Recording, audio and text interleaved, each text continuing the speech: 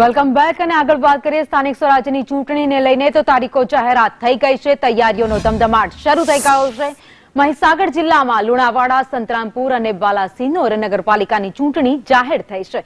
તે સાથે જ રાજકીય પક્ષો પણ મેદાને આવી ગયા છે, પરંતુ આ વખતે જનતાનો મિજાજ પણ બરાબરનો બગડ્યો છે। ચૂંટણી વખતે માત્ર ઠાલા વચનો આપી મતની માંગણી કરતા ઉમેદવારોને જનતા ઘર ભેગા કરશે।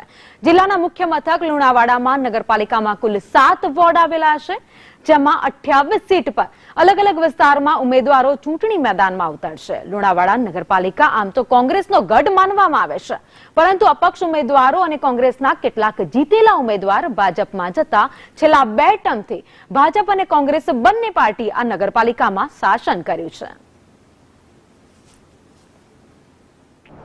મહીસાગર જિલ્લાની નગરપાલિકાઓની ચૂંટણીની હાલ જાહેરાત કરવામાં આવી છે। લુણાવાડા, સંતરામપુર તેમજ બાલાસિનોર 3 નગરપાલિકાની હાલ ચૂંટણીની જાહેરાત કરવામાં આવી છે। ત્યારે આ લુણાવાડા નગરપાલિકા કે જે જિલ્લાનું મુખ્ય મથક ગણી શકાય છે, અહીંયા ભાજપ અને કોંગ્રેસ બંને પક્ષે નગરપાલિકામાં શાસન કર્યા છે। સ્થાનિક સ્વરાજની જ્યારે અહીંયા ચૂંટણી જાહેર થઈ છે, નગરપાલિકાની ચૂંટણી જાહેર થઈ છે, ત્યારે આપણે સ્થાનિક મહિલાઓને પૂછીશું કે અહીંયા કયા પ્રકારની સમસ્યા છે, આવનાર ઉમેદવાર પાસે તેઓ કયા પ્રકારની માંગણી કરી રહ્યા છે। બેન, શું કહેશો? નગરપાલિકાની ચૂંટણીની જાહેરાત થઈ છે ત્યારે શું સમસ્યા? નગરપાલિકામાં ચૂંટણી આવે છે તો ચૂંટણી વખતે બધા આવે છે વોટ આપજો કરીને, પણ અહીં કદી સાફ થતું નથી। અહીં બાઈકો એટલી જાય છે, અહીં એ નથી, આ બોમ્બ નથી, બાઈકો એટલી જાય, ગાડીઓ એટલી જાય, કદી સાફ કરવા આવતા બી નથી। નગરપાલિકાની અંદર ખાસ કરીને જાહેર રસ્તા ઉપર જે છે તે બમ્પની માંગણી છે। અન્ય એક મહિલા પણ આપણી સાથે જોડાયા છે। બેન, ખાસ કરીને જે નગરપાલિકાની હાલ જે ચૂંટણી આવી છે, લુણાવાડા નગરપાલિકામાં કેવા પ્રકારના ઉમેદવારની આપ ઈચ્છા રાખો છો? અમે સારામાં સારા ઉમેદવારની ઈચ્છા રાખીએ છીએ, જે અમારા કાર્ય અમને સંતોષકારક કામ કરી આપે એવા ઉમેદવારની દર વખતે આવે છે, હા બેન કામ થઈ જશે, હા બેન કામ થઈ જશે, પણ જ્યારે વોટના દિવસોમાં 3 દિવસ જ આ બધું દેખાડો કરે છે,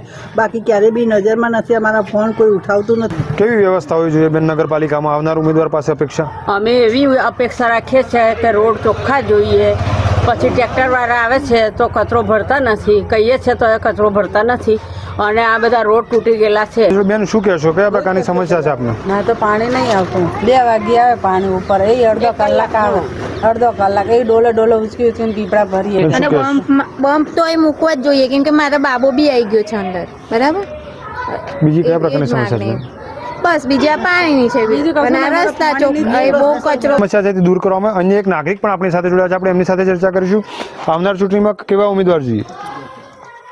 હવે જે ઇલેક્શન આવે છે જેની અંદર કામ કરે એવા ઉમેદવારની જરૂર, તેમજ જનતાનો જે ચાહીતો ઉમેદવાર છે, કહી શકાય કે જે આ સર્વ કામોને સાથે લઈને ચાલનાર જે વ્યક્તિ છે, તેવા ઉમેદવારની પસંદગી હાલ નગરપાલિકાની જનતા કરી રહી છે।